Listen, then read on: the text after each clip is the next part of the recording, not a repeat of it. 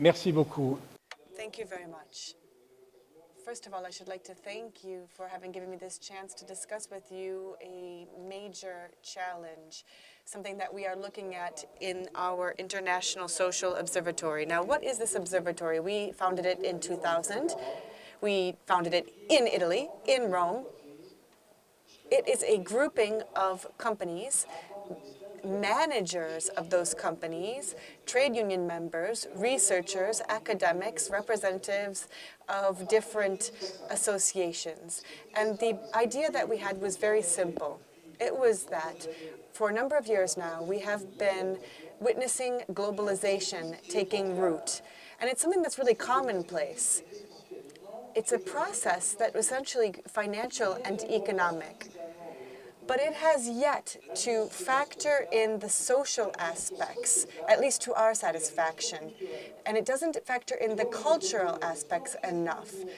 That led us to raise a question. What can we do as stakeholders to not just stand by the wayside and criticize, but to do something new to make globalization more balanced and more human? That led us to work in different areas. For example, the right to education and lifelong learning, the right to health care for all workers, the right to organizing work in a more positive way. So, having said all of that, what I feel it comes down to is that we are working to boost the idea of positive economy by virtue of our actions. Why? Because positive economy is not an end in of itself. It must be a means to achieving something that is put to the service of producing goods and services and wealth, but also to the benefit of men and women, so that each individual has a chance at a better life, that each individual has a right to build his or her own destiny, and that we can all work together to build a better community and face the challenge that we face as a community. Now, this is not a dream. This is a reality. What we can see is that technology is not the greatest wealth that each society has at its fingertips. It's not science. What every single society and company has in terms of wealth, its greatest wealth is the people that make up that society and that company. This is a vision of a positive economy. But to be able to really get there, we need a cultural revolution. We have to completely change our mindset in how we are addressing economic, social, and financial issues. This cultural revolution means that we are going to have to stop focusing on the short term and try to factor in the long term. The long term, where efficiency and effectiveness will not only be quantified in terms of some financial result or economic result, but where it will also look at happiness, and where happiness is not just something that comes down to the material wealth that one is able to accumulate, but where happiness is something that comes down to how an individual can continue to gain education, to become a more enlightened person, and in a way in which the world can become a more human reality. So we're looking to have this positive vision, or if we were to say it differently, we're trying to give ourselves the tools to be able to make sure that positive prevails over negative, that altruism prevails over selfishness.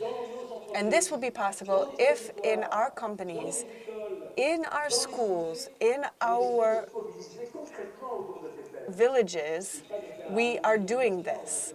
We're focusing on this. We cannot have a revolution in just a short bit of time, but we have to continue to build this in every aspect of our life. So what are we doing precisely in the field if we want to try to bolster this idea of positive economy? I think the first area where we really need to be working, and where we're working, is that we need to redefine what a company is. That's the first thing. In our culture, usually we summarize a company as something that produces services and goods. Now, this is true. Or it could be something that produces wealth. That is true as well. However, that is not what a company really is in reality.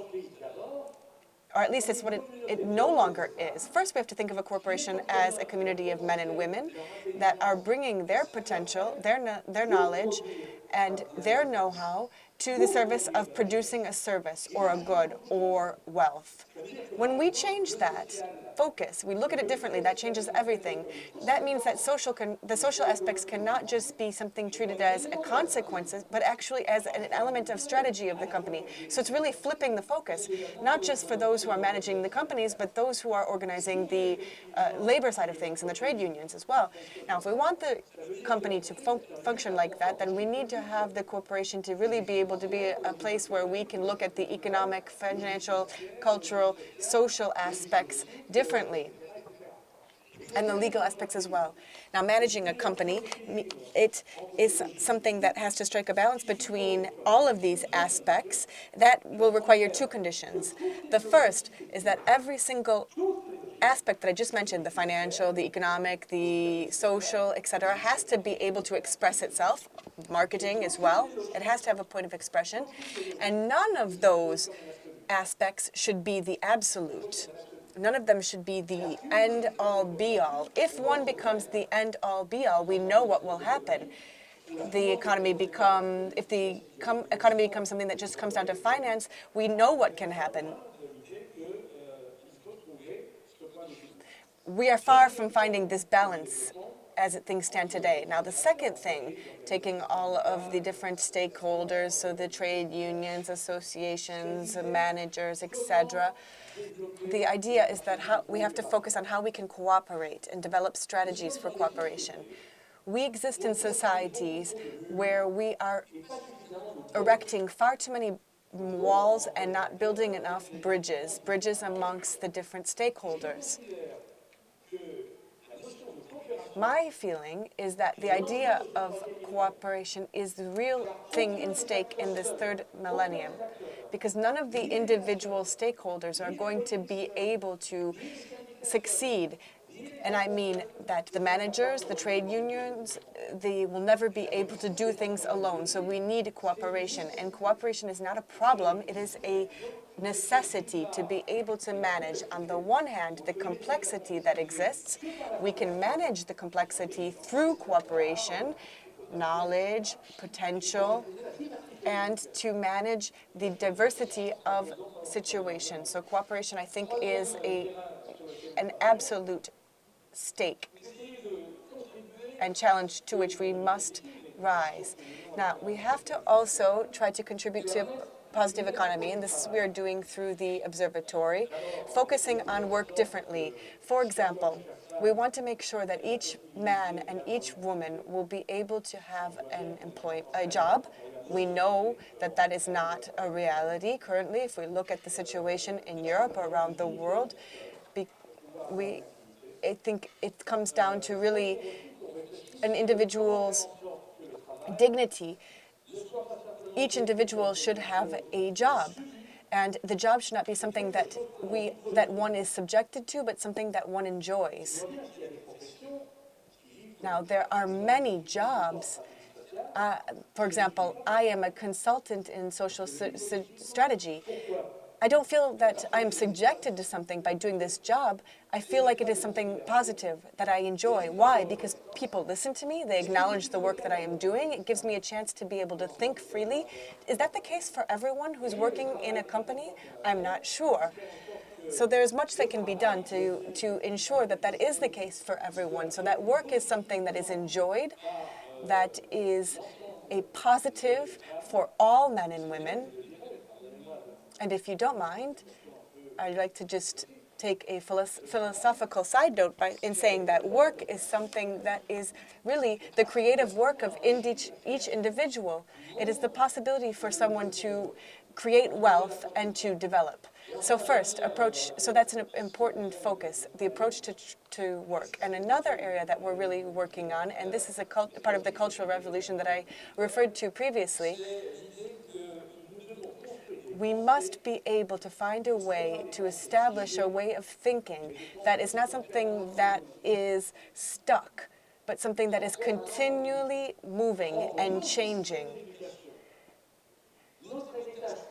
But our cultural heritage and our way of teaching is usually something based in things that are considered as certainties. And if there's a fundamental law to existence, it is evolution. Therefore, we have to be able to understand evolutions, and to use it and adapt to evolutions. That is something of great importance as well that we are going to have to be able to address. So we don't want to give up things that we believe in or things that we think are certain, but we do have to be able to accept the fact that we might need to evaluate things and reevaluate things because of changes that are taking place in the world. And that's a very important part of training. In training programs and companies, we have to be able to accept this fact that not everyone, just because they have knowledge in something in science, they know everything. Well, everyone has a bit of knowledge to bring to the mix. Each individual does. And we have to be able to accept and recognize that expertise in each individual so that we can channel it and harness it. So these are a number of very important issues. There are many more that I would like to be able to speak about. Perhaps I will have the chance, but essentially our observatory brought its contribution to thinking on positive economy and the building of an economy that will be a positive thing for the men and women of our planet, an economy that will be positive for our environment, nature, for all of the various species, flora and fauna.